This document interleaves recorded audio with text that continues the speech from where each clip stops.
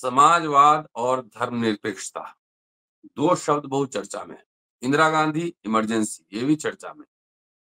आज एपिसोड शुरू करने से पहले बीबीसी ने एक इंटरव्यू किया था इंदिरा गांधी का, जब वो प्राइम मिनिस्टर थी। एक छोटी सी क्लिपिंग पहले देखिए, उसके बाद चर्चा को आगे बढ़ाएंगे। Not taken any powers whatsoever. We are functioning absolutely within the Constitution. All we have done is to detain a number of people and to ban two main groups, who were non-political groups, who believed in anarchy and violence. Well, it is a little bit of extra power, but I already said in the beginning what situation was created here. Because the question is that whether it's a democracy or any other type of government, the first duty of any government is to preserve the country's unity and its integrity. And I think that was being threatened. So far as being a dictator's misuse of the position would be, that if there was a real dictator, surely he would do away with parliament and everything anyway. But if people are arrested and they don't have any right of habeas corpus, I mean, it's almost the same in effect. Do you know what Lincoln said? He said, "Do you want the Union or habeas corpus?" at one point in American history. And there was a point, do you want India to continue as a united entity, or do you want anarchy? And if you had had the sort of anarchy which we thought would come about, there would be no question of democracy anyway. It certainly wasn't democracy when members of the legislatures were intimidated and forced to resign. That's no description of democracy. And this was the planned program of some of these opposition parties. They were going to do the same with parliament. अगर हिंदू राष्ट्र भी बन जाए तो समाजवाद से क्या दिक्कत है? धर्मनिरपेक्षता से तो मैं समझ सकता हूँ कि आरएसएस बीजेपी को प्रॉब्लम होगी, लेकिन समाजवाद से क्या दिक्कत है? क्या आरएसएस कॉर्पोरेट परस्त, जमींदार परस्त, राजे महाराजे परस्त रहा है? क्या वही चरित्र अब सामने खुलकर आ रहा है? हमारे साथ डॉक्टर राम पुनियानी साहब हैं, लगातार अम्बेडकरनामा पर आप सुन रहे हैं, और उनसे बात कर रहे हैं कि आखिर ये दो शब्द आरएसएस के लिए इतना प्रॉब्लमेटिक क्यों बन गया है। स्वागत है सर। धन्यवाद जी। देखिए, ये अभी दत्तात्रेय होसबले जो आरएसएस के ख्याल से नंबर 2 हैं, उन्होंने बयान दिया कि भाई ये दो शब्द भारत के शुरुआत के संविधान में नहीं थे, संविधान की प्रस्ताविका में नहीं थे, तो इनको निकाल देना चाहिए, इसकी कोई जरूरत नहीं है। और सबसे शर्म की बात यह है कि उसके बाद उपराष्ट्रपति वी धनखड़ जी ने कहा कि ये दोनों शब्द एक घाव की तरह हैं हमारे समाज पर, और ये शब्द को ख्याल कीजिए, उन्होंने कहा ये अल्सर की तरह है, यानी एक घाव है जो हमारे देश पर और सब चीजों पर है। और इन्होंने ये जो शब्द किए कि भाई समाजवाद और धर्मनिरपेक्षता नहीं चाहिए, क्योंकि ये इमरजेंसी के दौरान इंदिरा गांधी ने इसको इंट्रोड्यूस किया था, जबकि शुरुआत के संस्करण में ये नहीं था। अब ये लोग ये बात बोल रहे हैं कि मुझे लगता है कि ये इमरजेंसी वाला केवल एक बहाना है। वैसे ही उनको दो शब्द पसंद नहीं है, वैसे ही उनको ये संविधान भी पसंद नहीं है। शुरू से लेकर अगर अभी तक आरएसएस का पूरा चरित्र देखा जाए तो उन्होंने हमेशा आरएसएस वालों ने हमेशा संविधान का विरोध किया है। हम शुरुआत से चलते हैं एक सीक्वेंस वाइज। जब संविधान बना उसके तुरंत बाद आरएसएस के मुखपत्र ऑर्गेनाइजर ने एक लेख लिखा कि भाई ये संविधान कैसा संविधान है, इसमें तो हमारे जो मनुस्मृति, हमारे इतिहास के जो सबसे महान मूल्य हैं उसका तो कोई उल्लेख ही नहीं है, वो उसमें कोई इसकी जगह ही नहीं है। ये ऑर्गेनाइजर का लेख था। और उसी समय विनायक दामोदर सावरकर वो भी थे, उन्होंने कहा भाई वेदों के बाद तो मनुस्मृति हमारा सबसे पवित्र ग्रंथ है, और मनुस्मृति आज के दिन का संविधान है। ख्याल कीजिए उनके वाक्य। मनुस्मृति जिसको बाबा साहब ने जलाया था, वही बाबा साहब जो मनुस्मृति को जलाते हैं और संविधान की ड्राफ्टिंग कमेटी की अध्यक्षता करते हैं। तो सावरकर उसके बारे में ये कहते हैं। फिर खैर बात इस प्रकार से चलती रही। और यहाँ मैं एक ही बता दूं कि आरएसएस का जो एक शुरू में पहले पॉलिटिकल पार्टी थी भारतीय जनसंघ। जनसंघ ने जब 1956 में के आसपास चुनाव लड़ा था तो उन्होंने समाजवाद का एक जो अंश है उस समय भी हमेशा रहा है, सहकारी खेती। तो उनका मैंने एक पोस्टर देखा था, सहकारी खेती से बचने के लिए जनसंघ को वोट करो। तो ये कोई आज नई बात नहीं है कि जो हमारे समाजवाद के तब की बात मुझे मैं याद दिला रहा हूँ। फिर जहाँ तक उनकी राजनीति का सवाल है, बाद में भारतीय ये जनसंघ जनता पार्टी में विलीन हो गई। 1980 में फिर उभरी भारतीय जनता पार्टी के रूप में, और 1980 के बाद उस समय उन्होंने एक बड़ा ढोंगी शब्द इस्तेमाल किया जिसमें इनका विश्वास नहीं था। ख्याल कीजिए, उस समय उनका शब्द जो था, विचारधारा थी, वो थी गांधीवादी समाजवाद।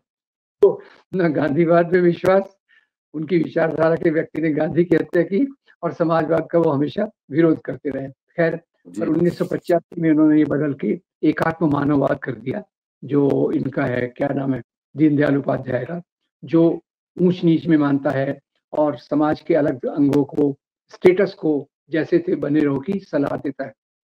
खैर, ये हो गया। 1993 पे हम आते हैं।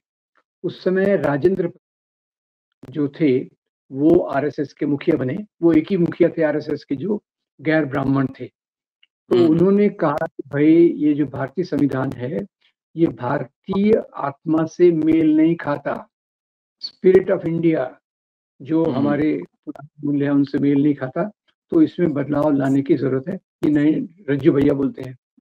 फिर 1998 में अटल बिहारी वाजपेयी की वो जो 6 साल की सरकार आती है एनडीए के रूप में, सरकार तो बीजेपी की थी, बाकी दल तो ऐसे ही हुआ करने वाले थे। तो उस समय उन्होंने एक वेंकट चलैया कमीशन बनाया कि भाई संविधान पुराना हो गया है, इसमें रिपेयर की जरूरत है, तो हम इसको रिव्यू करेंगे। पर वेंकट चलैया कमीशन ने जब अपनी रिपोर्ट दी, उस समय उनका इतना विरोध हुआ कि इनकी हिम्मत नहीं हुई उसको हाथ लगाने की।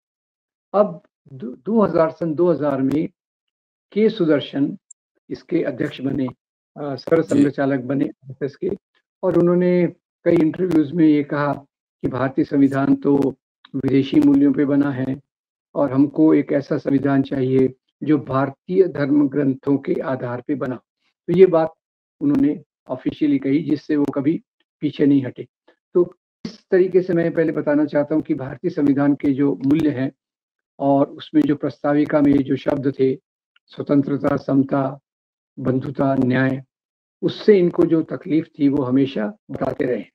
अब ये शब्द तो 1975 में प्रस्ताविका में आए, पर उससे पहले भी इनका भारतीय संविधान से विरोध था।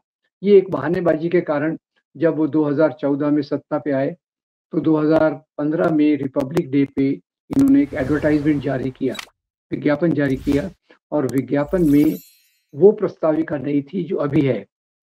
जो प्रस्ताविका 1950 में थी जिसमें समाजवाद और धर्मनिरपेक्षता शब्द नहीं थे, वो इन्होंने उसमें रखे थे। अब ये शब्द क्यों लाए गए? भारतीय संविधान को अगर आप गहराई से देखें तो उसमें आर्टिकल 2 में सेक्युलरिज्म, धर्मनिरपेक्षता का उल्लेख है, और इसके जो प्रोविजन हैं आर्टिकल 25 से लेके 30 तक, वो पूरा बताते हैं कि राज्य को धर्म के द्वारा निर्देशित नहीं होना चाहिए, किसी भी धर्म द्वारा निर्देशित नहीं होना चाहिए। तो ये धर्मनिरपेक्षता तो इसकी आत्मा के रूप में है। उसको अलग से क्यों लाया गया, प्रस्ताविका में क्यों रखा गया? तो उस समय हालात ऐसे थे कि जैसे इमरजेंसी के बहुत सारे इंटरप्रिटेशंस हैं। एक आपका मैं सुन रहा था चंद्रभान जी के साथ, जिसमें दलितों के लिए कितना अच्छा युग था और जो इंदिरा गांधी ने परिवर्तन लाए वो कितने सकारात्मक थे। तो वो भी एक बात थी। तो उस समय जो था धर्मनिरपेक्षता पर अटैक चालू हो गए थे। जो सांप्रदायिक राजनीति थी वो अचानक नहीं आ गई 1990 के बाद, वो धीरे बढ़, और आरएसएस का प्रभुत्व इमरजेंसी के बाद उन्होंने, जैसे उनको लेजिटिमेसी, वैधता मिल गई, उसके कारण भी वो मजबूत होते जा रहे थे। तो ये जो आरएसएस की मजबूती चल रही थी, जो धर्मनिरपेक्षता के मूल्यों के खिलाफ थी, उसको हाईलाइट करने के लिए शब्द को अंदर लाया गया, प्रस्ताविका में रखा गया। इसके पीछे और कोई इरादा नहीं था। ये कोई नई चीज नहीं है, ये कोई नए मूल्य नहीं है, ये मूल्य भारतीय संविधान के आत्मा में हर जगह मौजूद है। अब जहां तक समाजवाद का मतलब है, समाजवाद को भी देखिए, शब्द तो नहीं था पर उसके मूल्य थे। मूल्य क्या थे कि अमीरों और गरीबों के बीच की जो बड़ी खाई है, सरकार उसको कम करने की कोशिश करेगी।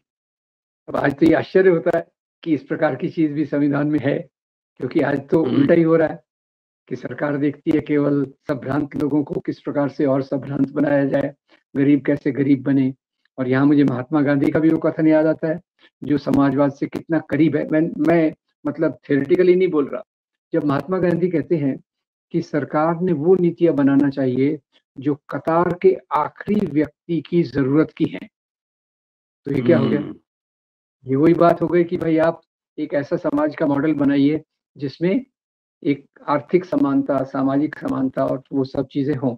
तो खैर ये एक गांधी जी का मुद्दा एक अलग है, पर मेरी समझ ये है समाजवाद भी उसके अंदर था। तो अब आरएसएस की जो राजनीति है उसके दो मुख्य आधार हैं। एक तो जैसे समाज में गैर बराबरी बनी रहे, और गैर बराबरी बनी रहे के लिए उन्होंने दीनदयाल उपाध्याय की इंटीग्रल ह्यूमैनिज्म, एकात्म मानववाद की विचारधारा को सामने रखा है, जो उनका गाइडिंग प्रिंसिपल है, उनको जो दिशा निर्देश देता है। और दूसरी तरफ मुसलमानों के खिलाफ नफरत। तीसरी जो उनकी पिलर है वो है समाज में आर्थिक गैर बराबरी के बारे में उनको कुछ लेना देना नहीं है। वो चाहते हैं कि यहाँ के जो बड़े उद्योगपति हैं, जो अपने तिजोरी से इनके चुनाव के लिए फंड देते हैं, इनके विकास के लिए फंड देते हैं, उनका वर्चस्व वैसे ही बना रहे। और अगर समाजवाद शब्द है तो हमें जो नीतियां चल रही हैं उसके खिलाफ जाना पड़ेगा। इस प्रकार से अमीरों को अमीर होने, गरीबों का गरीब होने देना, ये हमारे संविधान के अनुरूप नहीं है।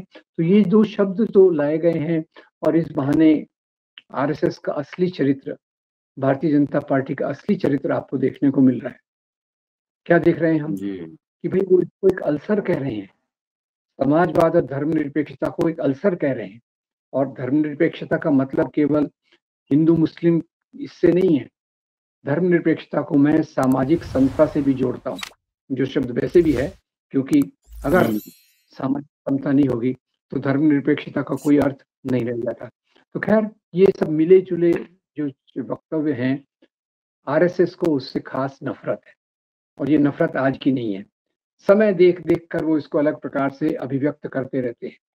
ऑर्गेनाइजर का लेख एक है, अभी 2024 के चुनाव के पहले अगर आपको याद होगा तो इन्होंने 400 पार का नारा लगाया था, बहुत प्रसिद्ध हुआ।